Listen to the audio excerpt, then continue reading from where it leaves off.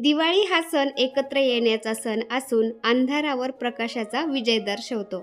कठोर परिश्रमाचा दिवा लावा, यशाचा उत्सव साजरा करा।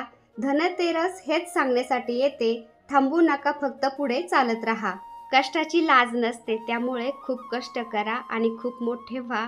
तुमच्या घरामध्ये गरिबी, दुःख आणि संकट कधीच येऊ नये। आणि तुम्हाला सर्वांना धनधान्य लक्ष्मी, धैर्य लक्ष्मी, शौर्य लक्ष्मी, विद्यालक्ष्मी, कार्यलक्ष्मी, विजयालक्ष्मी आणि राजलक्ष्मी या दीपावलीत अष्टलक्ष्मी तुमच्यावर धनधान्याचा वर्षाव करत तुम्हाला सर्वांना दिवाळीच्या मनापासून हार्दिक शुभेच्छा। आणि आजचा शुभ दिवस समृद्धी, आरोग्य आणि आनंद घेऊन येवोत। धन्वंतरी कृपेने तुमचं आयुष्य सदैव निरोगी आणि समृद्ध राहो, हीच धन्वंतरींना प्रार्थना।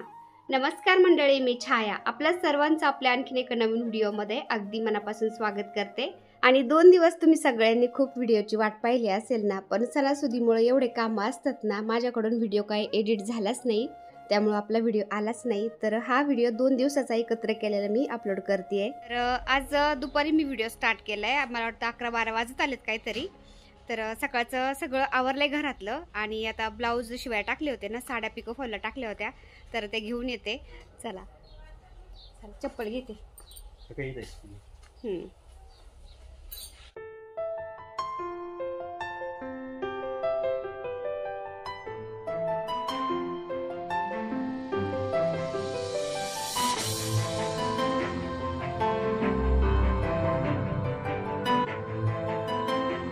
आणि ताईंनो 2 दिवसापासून आपल्या सगळ्या कमेंटचे रिप्लाय पण गेले नाही बरं का। ह्या सणासुदीमुळं कामच एवढं पडतं ना, 2 दिवसापासून आपले व्हिडिओ पण आले नाही आणि सगळ्या कमेंटचे रिप्लाय पण गेले नाही। तर सगळ्या ताई माझ्या मला समजून घेताना अशी अपेक्षा करते। तर तुम्ही पण वेळात वेळ काढून मला इतक्या छान छान कमेंट करता, कमेंटच्या माध्यमातून मला भरभरून प्रेम देता, खरंच खूप छान वाटतं। आभारी आहे तुमची सर्वांची। पण तुमच्या कमेंटचे रिप्लाय गेले नाही ना, मला ते पण चुरचूर लागते, पण एवढं काम पडतं ना ताईंनो, काय करू तरी। तर खरंच तुम्ही समजून घ्या मला 1-2 दिवस। एवढी दिवाळी आणि भाऊबीज झाली ना, तिथून पुढं रेग्युलर व्हिडिओ टाकण्याचा नक्कीच प्रयत्न करेन ताईंनो मी। तर ब्लाऊज शिवायला टाकले होते ना, ब्लाऊज पाहायला गेलो आम्ही, ब्लाऊज काही शिवायचे झाले नव्हते। मग फौजी साहेब बोलले, तुला दिवे घ्यायचेत ना अजून, चल बाजारामध्ये। मग आम्ही दोघं गेलो माळीवाड्यामध्ये दिवे घ्यायला आणि पूजेचं साहित्य पण जरा घ्यायचं होतं, कारण दिवाळीच्या दिवशी धनत्रयोदशीच्या दिवशी आपल्याला घरचं काम पण असतं आणि पूजा करायची असते ना, तर मोठी पूजा असते ना, मग काही सामान लागते काही नाही लागत असं गोळा करून नाही ठेवलं। मग पूजेच्या दिवशी खूप गोंधळ होतो, मग म्हणलं चला आधीच सगळं सामान एकत्र करून ठेवा। तर आम्ही आलो बाजारामध्ये आणि मला दिवे पण घ्यायचे होते वेगवेगळ्या प्रकारचे जरा, कारण वर्षभर दिवे लागत आहेत ना, मग म्हणलं घेऊन ठेवा। आणि मला रांगोळ्या पण लागत होत्या जरा कलरमधल्या, मग रांगोळ्या पण घेतल्या। आणि दिवे रांगोळ्या घ्यायचं झाल्यानंतर फौजी साहेब बोलले, दिवाळी 2-3 दिवसावरच आली तर आपण मग लक्ष्मीची मूर्ती पण घेऊन जाऊ। तर तिथंच एका दुकानामध्ये इतक्या छान छान मूर्त्या होत्या ना लक्ष्मीच्या, आम्ही मूर्ती घ्यायला गेलो ना, तर त्या ताई बोलत होत्या आमच्याशी, म्हणजे माझ्या तोंडाला स्कार्फ बांधलेलं होतं, पण त्यांनी फौजी साहेबांना ओळखलं आणि त्यानंतर मी पण स्कार्फ तोंडाचं सोडलं, तर म्हणल्या तुम्ही छाया ताई का? म्हणलं हो। तर त्या आपल्या सबस्क्रायबर ताईच होत्या, त्या आपले व्हिडिओ पाहतात। तर त्यांना भेटून त्यांच्याशी बोलून खरंच मला खूप छान वाटलं, कारण बघा ना, आपल्या एवढ्या मोठ्या दुनियेमध्ये कोण कुठं राहतं, कोण कुठं, म्हणजे काही ओळख पाळख काहीच नसती, पण यूट्यूबच्या माध्यमातून लोक आपल्याला ओळखतात ना, इतकं छान वाटतं की बस, म्हणजे काहीतरी पहिल्या जन्मीची पुण्य कामाला आले म्हणायचं। मग एक मूर्ती पसंत केली आम्ही, तिथून निघलो आणि त्यानंतर मी दुसऱ्या दुकानामध्ये आले टिळक रोडला। तर मातीच्या भांड्याच्या दुकानामध्ये इथं दिवे पण मिळत होते ना, तर तिथं मग आम्ही छोट्याले बोळके पण घेतले, काही दिवे पण घेतले आणि आलो घरी। फौजी साहेबांचं काय चाललंय तुम्हाला दाखवते मी आता। हे पहा, आपण दिवे आणलेत ना, दिव्यांना कलर द्यायचं काम चालू आहे बरं का। मला द्यायचं होतं कलर, पण मला वेळच नाही आता। तर फौजी साहेब बोलले, बसले बसले मी करतो कलर सगळ्या दिव्यांना, तर कोणता कलर कसा द्यायचा काय मला सांग म्हणले। हे छोटे छोटे बोळके असतात ना, तर ते मिळाले बरं का मला, ते आणलेत मी। आणि बाकीचे हे दिवे आहेत ना प्लेन आणलेले, त्याला कलर देतात फौजी साहेब आता। आणि दिवे लावायला मला असे मातीचे छोटाले तुळशी वृंदावन असतात ना, ते पण खूप आवडतात, तर ते पण मी 4 आणले। मग हे 2 आणले आणि अजून 2 येतं, तर त्याला कलर दिलेला आहे पहिलाच, तर असे 4 घेऊन आले मी। वर्षभर मला दिवे लावायला लागतात ना, मी असे वेगवेगळ्या प्रकारचे दिवे घेऊन येत असते मग। आणि हे प्लेन पण मी बऱ्याच प्रकारचे दिवे आणलेत, तर फौजी साहेब कलर देत होते। आणि फौजी साहेबांचं असं काम चालतं बरं का, मोबाईलवरती गाणे लावतात, पिक्चर लावतात, कानात हेडफोन घालून ऐकत बसतात आणि त्यांचं ते काम करत राहतात मग. आणि कलर दिलेला असा मोठा दिवाळी जरा, तर तो पण आणला मी, कारण मोठी रांगोळी काढली ना त्याच्यामध्ये ठेवायला होईल म्हणलं. नाहीतर मग आपण कधीमध्ये असं दक्षिण दिशेला दिवा लावतो ना, अमावस्येला, पौर्णिमेला, अक्षय तृतीयाला वगैरे असं, तेव्हा पण लावायला होईल. नाही तर मग आपण धनत्रयोदशीच्या दिवशी तर कणकेचाच दिवा लावतो. तर असं म्हणलं कशाला पण होईल, मला आवडलं त्यामुळे मी हा मोठा एक दिवा घेऊन आले. आणि हे वेगळ्या प्रकारचे 2 तुळशी वृंदावनीत कलर दिलेले, तर ते पण 2 आणलेत. तर याच्यावरती छोटा दिवा छान मावतो, किंवा छोटं ते बोळका असतं ना त्याच्यामध्ये दिवा लावून खूप भारी वाटतं. तर त्याला पण फौजी साहेब कलर देऊ राहिलेत.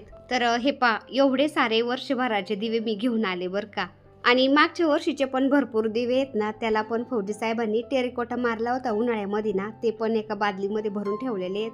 तर दिवाळीला मी ते पण काढन आता दिवे लावायला. मला तर दिवे लावायला आवडत येतच, मी सकाळ संध्याकाळ लावत असते. पण वर्षाचा सण आहे ना दिवाळी, मुलांना राजूला घर सजवायला तर एवढं आवडतं की बास. ते दिवाळीला तर एवढे भरभरून दिवे लावतात ना सगळेच, त्यामुळं आम्ही असे भरपूर दिवे आणून ठेवतो. आणि हे शूट घेतलं होतं मी वसुवार्षेच्या दिवशी सकाळी. तर किचनमध्ये माझं असं सकाळचं काम चालू होतं. तर मला स्वयंपाक भांडे सगळं घासून देवाचे भांडे पण घासायला काढायचे होते. घरातलं रोजचं काम, स्वयंपाक, भांडे, आमकं तमकं फलानं बिस्तानं भरपूर असतं. तर ते आवरलं ना रोज सकाळचं, तर मग दुपारी मला दिवाळीचा एखादा पदार्थ तरी बनवायचा असतो, नाहीतर मग व्हिडिओ तरी एडिट करायचा असतो. तर असा वेळ ॲडजस्ट करून काम करावं लागतं. तर व्हिडिओ एडिट करायचा होता मला, पण म्हणलं आता चिवडा पण बनवायचा आहे. त्यानंतर संध्याकाळी वसुवार्षीची पूजा पण करायची. तर मी चिवडा बनवणार आहे, तर त्याची पण रेसिपी तुमच्याशी मी शेअर करते. तर बाहेरचं सगळं आवरलं सकाळी. त्यानंतर सगळ्यांचे नाश्ते झाले, चहा पाणी झालं, आणि चहा पाण्याचे नाश्त्याचे भांडे घासून घेतले मी. आणि मला आता बाजरीच्या भाकरी आणि शेंगदाण्याचं बेसन करायचं होतं. तर फौजी साहेब बोलले बाजरीच्या भाकरी शेंगदाण्याच्या बेसनाबरोबर चुरून खायला खूप छान लागतात. तर आम्हाला अशा गावरान भाज्याच खूप आवडतात बरं का. शक्यतो आमच्या गावरानच असतात, कधी कढाणं असतं, उतवळीचं, हुलग्याचं, मुगाचं, त्यानंतर राजमा. आणि आपल्या शरीराला पालेभाज्या पण खूप गरजेच्या असतात. तर मग कधीमधी पालेभाज्या पण करतो, जसं की पालक भाजी, मेथीची भाजी, शापू भाजी, बीन्स, भेंडी, वांग्याची भाजी, असं म्हणजे सगळं मिक्स भाज्या करत असतो आम्ही. पण शक्यतो फौजी साहेबांना गावरान पद्धतीच्याच भाज्या आवडतात. आणि मुलांचं कसं असतं, कधीमध्ये मग मम्मी ग्रेव्हीची भाजी कर, पनीरची भाजी कर, मिक्स व्हेज कर, असं म्हणजे त्यांचं पण चॉईस वेगळी थोडीफार. तर असं मग कधीमध्ये आलटून पलटून असं करावं लागतं. आणि राजूने आज देवपूजा केलेली सकाळचं ना, तर जास्वंदीचे फुलं एवढे निघत आहेत ना, राजूने सगळं मंदिरच एकदम लाल लाल करून टाकलं होतं. सगळे फुलं वाहिले होते ना, ते देव पण दिसत नव्हते फुलांनी, एवढे फुलं त्यांनी वाहिले होते देवाला. तो घरी असला ना, तो देवपूजा माझ्या वाट्यालाच येऊन देत नाही. मग तो सकाळचं पण देवपूजा करतो, संध्याकाळी पण करत असतो. तर असं करतो. आता मी किचन थोडासा पुसून घेतला, कारण थोडं जरी किचनवर राडा असला ना, मला स्वयंपाक करायला अजिबात असं सुचतच नाही काही. 2-4 भांडे होते ते मी बेसिनमध्ये ठेवले. तर बेसन टाकलं मी कढईमध्ये एकीकडं, आणि दुसऱ्या गॅसवरती आता भाकरी करत होते. आणि तुम्ही बघा आता आपल्या किचनच्या खिडकीवर बाहेरून नागवेलीचा वेल आलेला आहे ना, तर तो सगळा असा खिडकीवर पसरला आहे. आणि मस्त असे हिरवीगार पानं दिसतात किचनमधून ना, एवढं भारी वाटतं ना. असं हिरवं पाहून असं वाटतं आता किचनची खिडकी अजून थोडी मोठी असती तर बरं झालं असतं. खिडकीतून बाहेर असं हिरवगार मस्त दिसतंय ना, तर काम करायचा पण कंटाळा येत नाही अजिबात. आणि मी बाजरीच्या भाकरी करत होते ना, तर बऱ्याचशा ताईंच्या पाठीमागं कमेंट होत्या, छाया गॅसवरती डायरेक्ट भाकरी नको भाजत जाऊ. कारण मी पहिलं गॅसवरतीच भाकरी भाजायचे ना, कधीमध्येच भाकरी करते मी, पण गॅसवरती भाजत होते. पण तुम्ही सांगितल्यापासून मी गॅसवरती भाकरी नाही भाजत, आणि असं तव्यावरतीच भाकरी भाजते ना, तर खूप छान भाकरी पण भाजल्या जातात. भाकरीला मस्त पापुद्रा पण येतो. तर असं काही चुकलं तर तुम्ही मला समजून पण सांगता, आणि काही छोट्या मोठ्या टिप्स असतील तर त्याही मला तुम्ही सांगता. तर मला तुमच्याकडून पण भरपूर काही शिकायला मिळतं बरं का ताईंनो. तर धन्यवाद, मला तुम्ही असं छोट्या छोट्या गोष्टी पण समजून सांगतात. तर हे पाहता गॅस मिडियम केला मी, आणि पलटून भाकर मी भाजली ना, मस्त असा पापुद्रा आला जाईल. तर मी तुम्हाला आता पापुद्रा पण काढून दाखवते भाकरीचा. तर हे एक साईडकून मी आता भाकर अशी ओपन करते. डायरेक्ट म्हणजे उलातनंच गेलंय भाकरीच्या पापुद्रामध्ये, तुम्ही बघू शकता. असं नाही की आपण तव्यावरच भाकर भाजली तर पापुद्रा येत नाही, किंवा भाकर चिवट होती, असं काहीच होत नाही. एकदम छान भाकर येते बरं का. तर मी तेव्हापासून आता भाकर अशी बनवायला शिकले ना, मस्त भाकर होती. हे अलगद पापुद्रा निघलाय भाकरीचा. एकदम आपण चुलीवर भाकर भाजतो ना, एकदम तशीच भाकर भाजली. तर थँक्यू ताईंनो, तुम्ही मला अशा छोट्या छोट्या गोष्टी पण समजून सांगतात. लाईट लाव ना राजू. तर इथं प्रमोशनच्या साड्या आल्या होत्या, कुरिअरनी. तर फौजी साहेब तेच पाहत होते. आणले वय मस्त आणले बरं का. सगळं सामान इथं दिवाळीचं ठेवलं. आता जिथल्या तिथं व्यवस्थित ठेवून द्या बरं, लय राडा झाला इथं. साड्या छान आहेत बरं का. हे पाय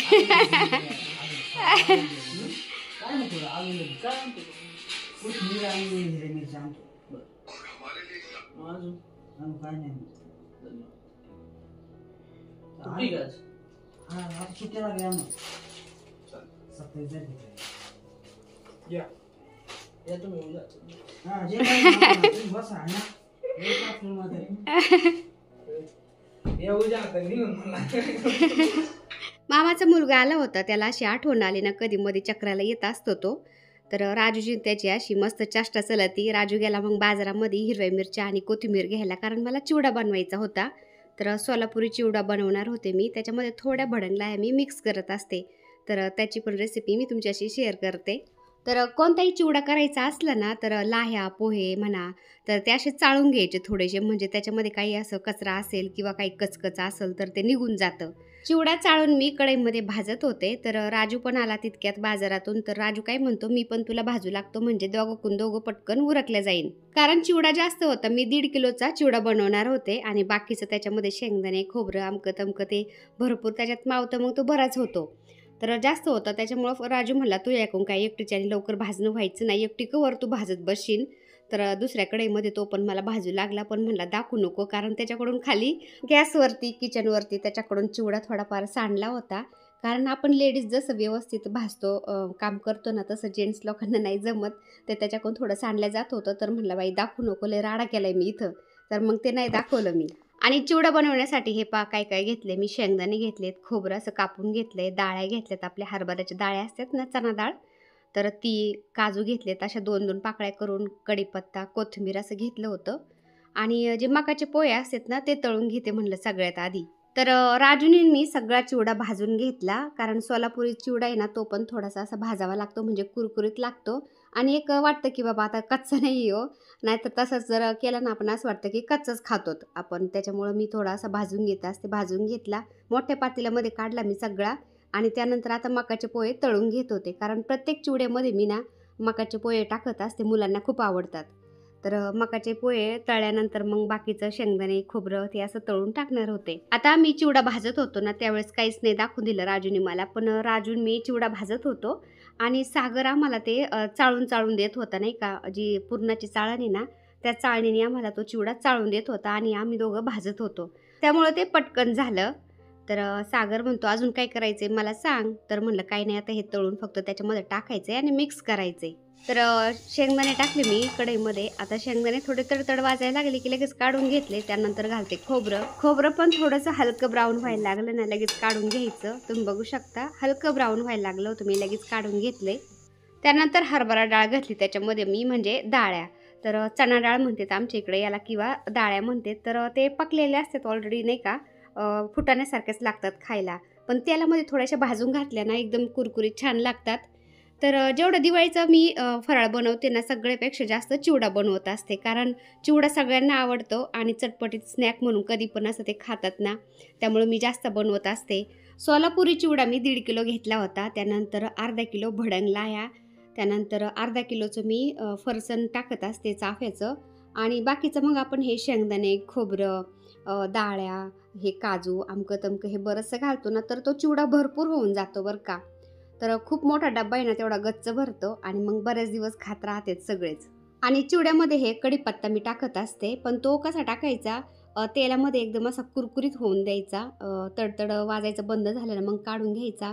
कोथिंबीर पण मी तसंच करत असते, कोथिंबीर घालते, पण ती सुद्धा तेलामध्ये एकदम अशी व्यवस्थित भाजून देते. कारण कोथिंबीर जर थोडीफार ओलसर राहिली ना आणि आपण ती चिवड्यामध्ये घातल्यानंतर चिवडासुद्धा चिमतो. त्यामुळे एकदम कुरकुरीत होऊन द्यायची तेलामध्ये कोथिंबीर आणि मग चिवड्यामध्ये घालायची. तर असं कुरकुरीत झाल्यानंतर कढीपत्ता कोथिंबीर चिवड्यामध्ये घातल्यावर ते सगळं असं चुरा होऊन जातो त्याचा, आणि चिवड्याबरोबर मग आपल्या त्या पोटात पण जातं.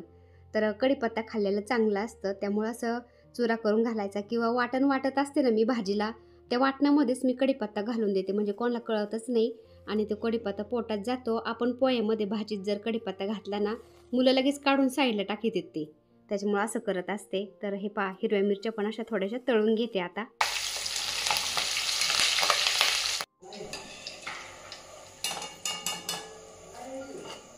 आता सगळं तळून झालं आणि थोडंसं तेल उरलं होतं ना, त्याच्यामध्येच मी आता चवीनुसार मीठ घालते.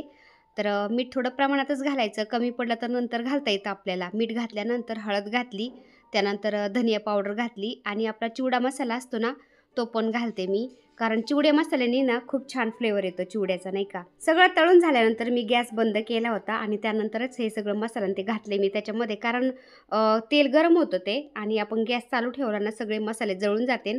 त्यामुळं गॅस बंद करूनच मी तेलामध्ये मसाले घातले होते.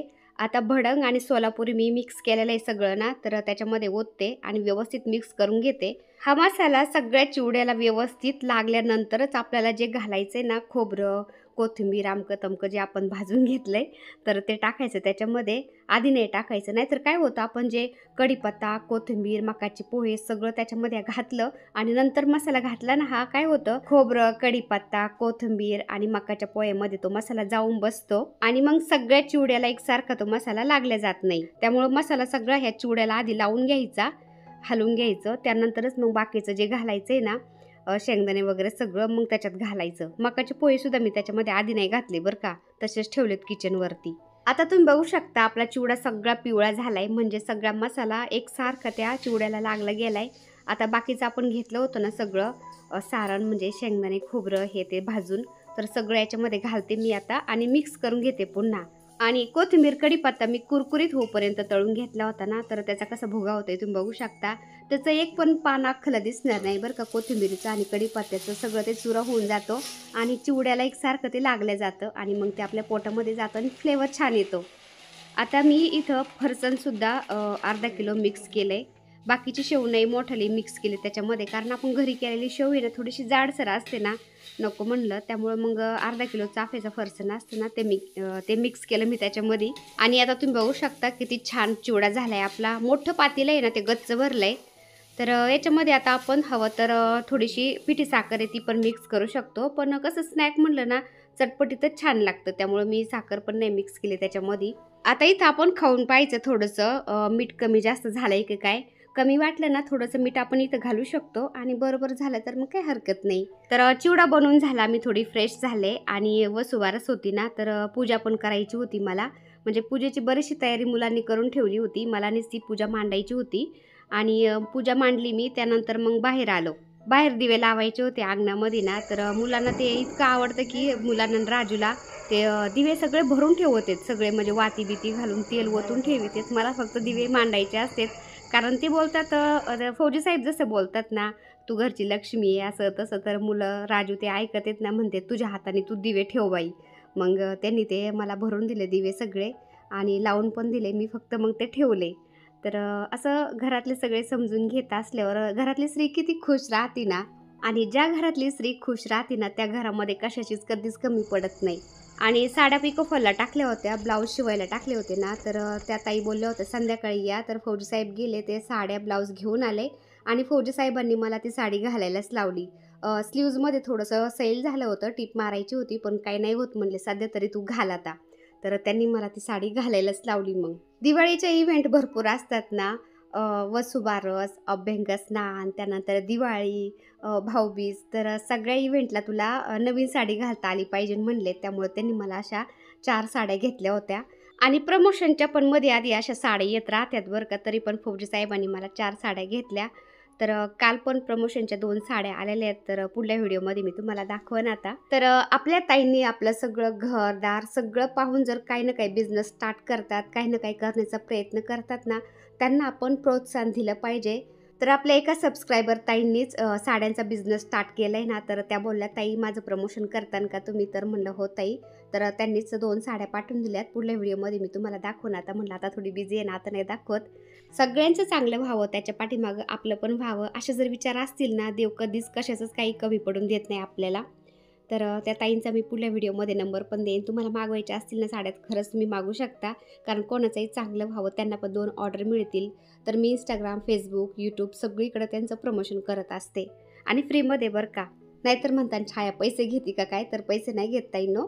तर त्यांचं जे प्रोडक्ट असेल ना ते मला ते पाठवून देतात दाखवण्यासाठी आणि मग मी त्यांचा नंबर देत असते. तर हे पाहता वसुवार्षिची मी पूजेची मांडणी करून घेते आणि माझ्याकडं बाळकृष्णाची मूर्ती, गायची मूर्ती अशी मार्बलमधली आहे ना, तर मी हॉलमध्येच ठेवत असते आपल्या टीव्ही युनिटमध्ये. तर बाहेरून कोणती व्यक्ती आली ना त्या गायीकडं नजर जाती, बाळकृष्णाकडं जाती, तर त्या माणसाच्या मनामध्ये लगेच पॉझिटिव्हिटी भरून जाती. तर बाहेरून ज्या व्यक्तीची एंट्री होईल ना त्याची नजर लगेच त्या समोरच गायीवर पडती, बाळकृष्णाच्या मूर्तीवर पडती ना, खूप छान वाटतं. त्यामुळं मी तिथंच ठेवले समोर हॉलमध्ये. आपले छोटे बाळकृष्ण आणि पितळेची जी गायची मूर्ती ना ती तर आपल्या मंदिरामध्ये असतेच, पण हॉलमध्ये पण मी अशी ठेवलेली आहे. तर वसुवार्षिची पूजेची मांडणी एकदम छोटीशी असते, सिंपल असते ना. तर पूजेची मांडणी झाली तुम्ही बघू शकता. आपल्या मंदिरामध्ये गणपती बाप्पांची मूर्ती तर आहेच, पण तरी पण सुपारीच्या स्वरूपामध्ये मी गाई वासरूजवळ गणपती बाप्पांची पूजा केली आणि त्यानंतर मग गाई वासराची पूजा, बाळकृष्णाची पूजा करून घेतली आणि पितळेची जी आपल्या मंदिरामधली गाई आहे ना गाई वासरू, तर त्यांची पण मूर्ती मी तिथं ठेवली. आणि हे वसुवार्षेच्या दिवशी आपल्याला 12 दिवे लावायचे असतात आणि धनत्रयोदशीच्या दिवशी 13 दिवे लावायचे असतात. आणि फौजी साहेबांनी दिव्यांना किती छान कलर दिलाय तुम्ही बघू शकता. माझा आवडीचा कलर म्हणजे लाल पिवळा कलर, तर तोच दिलाय ना. इतके छान दिवे वाटत होते की बस.